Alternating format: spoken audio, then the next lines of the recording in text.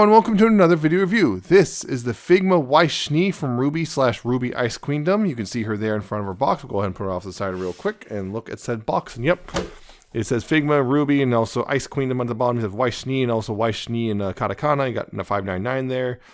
Again, Ruby Weiss Queendom. You got a nice picture of her right there holding her sword, and also a picture of her right there and a picture of her right there. Again, picture of her right there on this side as well. Same picture from the top, and on the back you have a whole bunch of product shots and copyrights and warnings. And it's for ages 15 and up, which means it's not for children. Also inside there you have the Weiss Schnee logo, the Schnee Dust Company logo. I believe that's what it is. Yeah, inside there. It's also very blue and white, considering the whole snow thing. It comes with instructions, which are of course in English and in Japanese. And you can, just it kind of tells you how to use the parts and what's all that stuff. There's a whole bunch of stuff to kind of thing, also including to help a warning about, hey, by the way, you could, if you're stupid, you could break something. So be mindful of that. So Weiss Schnee. Yep, she is the second Ruby Figma. Second, also only the second of two announced, which is bothering me a little bit, just because, well, kind of wish there were more announced at the very least. But anyway, getting in close real quick, you can see, take a look at, yep. You can see right there her face, which, yeah, it's got the little scar there. She's got her blue eyes, got a little black crown ponytail thingamadoodle. You got the red, kind of the red for the inside of the jacket. You got a jacket or necklace and everything. It's very white with, gradient to blue. So even kind of little translucent bits here at the bottom of the skirt. You got the legs there, and you got the big old white boots again. You can see a bit of the red kind of peeking out from the inside of the boots and stuff. You got the little bit of gray down there. On the back side here, you have, there's the logo, which has a peg hole right through it. And of course, her little bag with a little silver clasp. I think a little, I guess, tassels, ribbons, whatever, the bits of the sash left over. All that stuff. And of course, her big old ponytail, again, gradients with whites and blues. Looks really nice. And there you go. And also the little designs on there and the edge of the sleeves and all that stuff. So there you go and all that. And of course, as you can see, plugs in the stand just fine. Like that. No broken stand this time. Also, she has the bigger stand because the special stand, the big old hexagon rather than the smaller hexagon. But yeah, the stand can still do the whole, rotate and tilt and tilt and tilt and tilt and rotate and all that stuff. Just, as you need to for poses. Yeah, that's her stand as a whole. So yeah, it's that's all that stuff right there. So poseability real quick, because I'm going to do that before all the accessories. Yeah, head, ball joint, so left, right. You got up and down. You got waggle. The hair piece does get a little bit in the way, but it's easy to move it out of the way because it's on its own ball joint. So you got rotation and outward and all that stuff. You can even do that if you want, as if she's falling or whatever. So get it out of the way a little bit. Shoulders are on, and it's also the side tail. So yeah, just be mindful of that. Shoulders, do the full 360, although mine are very, very tight. At least they're supposed to be able to do the full 360. Yeah, they can. It's just they get caught up sometimes, I'm noticing. But yeah, you can do the 360. They can go outward. There's, they can go forward and back a little bit as well. There is not really a lot of play in the shoulder, though. You got elbow bend, that much. You got the swivel as well at the elbow. You do have a ball joint right here at the wrist. So you have swivel and bend. It's a special Figma ball joint, so you got bend and whatnot. Here at the waist, you do have swivel there. You also have the crunch. Also forward and back and side to side and all around. Right there at the torso, but yeah, at the waist, you have the swivel as well. It's hard to, it's definitely swiveling. It's just kind of hard to see because it's all under the skirt. You got forward. The skirt is rubbery plastic, so she got actually a decent amount of forward considering. You got back. Again, decent amount of back considering everything. Outward, again, limitations aren't too bad. She doesn't have the pull, the hips where you can just pull them down and get more articulation. There's a thigh swivel right there. There's a knee bend, about, that much. There's also, yes, you can use that for more swiveling, although it's very difficult to do, so I wouldn't recommend it. You got a swivel down here, though, the ankle. You do have forward and back on that hinge, and you can also get it to a tilt inward if you need that. So there's your poseability. pretty standard stuff for the most part. No limitation. The skirt is a bit limiting, but not horrifically so. And the skirt is a bit limiting, but not to the point of like you're gonna be really just super frustrated with or anything. It's not like a pencil skirt or anything. So thankfully for that. Real quick comparison. If I get it all straightened out. And real quick comparisons. Here's the Nendoroid Weiss. Let's give you an idea there. Yeah, pretty similar because, yeah, surprise design. Although black crown versus silver crown, which is interesting in its own right. And here she is next to Ruby, although we got Ruby in a bit of an action pose right now. But yeah, here she is next to Ruby.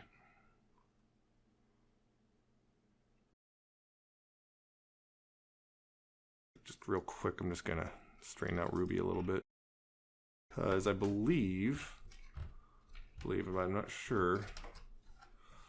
Yeah, no, falling apart, but I'm just trying to get her at least standing up straight for a bit. Ruby is just a smidge taller. Although both of them are kind of wearing a bit of platform boots. Weiss more so. Weiss is got a good chunk of platform there versus Ruby's got a little heel. So yeah, Ruby's taller than Weiss. I believe that's correct. So I believe that's correct. It's kind of one of those things I believe changed over the course of the show, the height difference. So I'm pretty sure, but I'm not 100%. So there's that. Now, so accessories, because yeah, to do with that stuff. So first off, of course, you got the bag to put all the accessories in, as usual. You have an extra neck or extra joint, just in case one breaks. So you got an extra one. You have two alternate faces. One kind of a more of an angry yelling face. And also be careful of the earrings. They are, dangling right there. And one kind of more embarrassed face. You got those right there. And of course, swapping those is pretty easy. You just go ahead and take the hair piece off, take the face off, and then swap on. And there you go. Pretty straightforward that, as usual. She's not happy right now. She does, of course, have a bunch of hands. There's a whole plinth of these. You can see she got her, kind of more open hands right there. But on here you have kind of somewhat relaxed hands. You got fists. You got gripping hands. You got these hands for her doing the glyphs. There's a pair for all of those. And on top of that, there's another set of hands, which is kind of a very specific pose. I'll show what that's for in a second. There it goes, focuses. Yeah. So those are for, but yeah, there's very specific hands for something as well.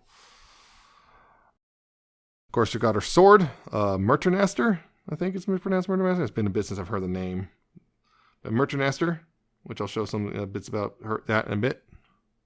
Be very careful with that. That is very thin plastic, and I'd be very scared about it breaking. And of course, you have these extra bits right here, which also attach to the stand.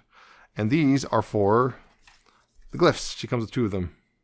And just so I mention them, because this happens every single time, these glyphs are in a bag taped to the back of the cardboard insert inside the box. Okay, that's where they are. If you're going, I don't know where these are. Where are they? They're not in the tray. They're not in the tray. They're taped to a bag. They're in a bag taped to the back side of the cardboard insert inside the box. Okay? So if you come in here saying, I can't find these, either A, you actually are missing them, or B, you didn't watch the video. So those are pretty straightforward to use.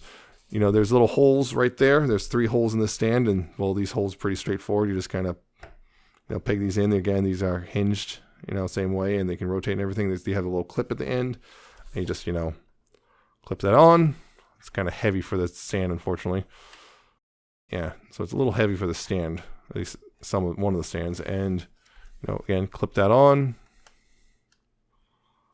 Clips, yeah, clip that on, and there you go. There's her glyphs. Right, so, yeah, again, this stand's a little weak actually, I think that's what the problem is. That's just not plugged in all the way. See if I can. There we go. Yeah, you got all that stuff so she can do her thing, with her glyphs if you want. Yeah, swapping the hands is pretty straightforward. She's a lefty, believe it or not. So I'm going to take this hand. This is the gripping hand. And, again, kind of bend the hand to be safe and then pull. Be careful. I say as I bend the hand and pull that and then put the new hand on. And there you go on that. And, this is the gripping hand. Can hold Merternaster pretty easily. Just the unfortunate thing is you're going to have to do the thing where you're going to have to bend the hand a bit. And it helps a little if you kind of angle the sword in a little. Yeah, that helps a little bit to angle the sword inward. There you go. Now she's holding her sword. She's mad about something or another, as she's wont to do, because she's Weiss, the Ice Queen, Weiss Queen. And that just came out, so I'm just going to get that out of the way so it's not in my way. But yeah, I'm just going to get out of my way. And this one too, just are not distracting me or anything or getting in my way or any of that stuff. So yeah, you got all that stuff. Now, these hands right here, these ones that are the special pegs, which these ones, if I can get this off again, I'm going to pull Merternaster out of her hand again real quick, being gentle. Yeah, don't mess with the blade. Don't use the blade as leverage. That would be a terrible idea. Mine, heck, there is definitely some give, but it's definitely something to be aware of. Just don't be dumb with your Merternaster. Yeah, but yeah, swapping the hand to this one. This one has a specific function of sorts for Merternaster, because Merternaster is not just an ordinary sword. There is gonna get this in here again. And that's pointy. By the way, these bits right here on the hilt are pointy, so be careful with those too. You don't want to hurt yourself. Oh yeah. So don't worry, that's not broken. I'll explain that in a bit. It's just this is much more difficult to get in the hand than I thought it would be. All right, so Merternaster here, yeah, it's got the dust chamber in there, so she can. Yeah, so she can open this up and reload it, and there's the dust cartridge right there. You can see the dust cartridge actually has a nice different colored dusks. There's a white, there's a yellow, there's a blue and a red and another blue and a purple. And yeah, that just pegs on. You can see you've even got the detailing of like the actual like barreling and everything. Yeah, this pegs onto the sword. Again, be real careful. And this part, yeah, again, it will spin on the, of course it came right off. It'll spin on the peg here as well. Not sure why that's coming off, but it does spin on that peg, which is pretty cool. And yeah, these hands are basically for if you want to be able to reload it. If you want to reload the cartridge, I guess pretend she's reloading the cartridges or whatever.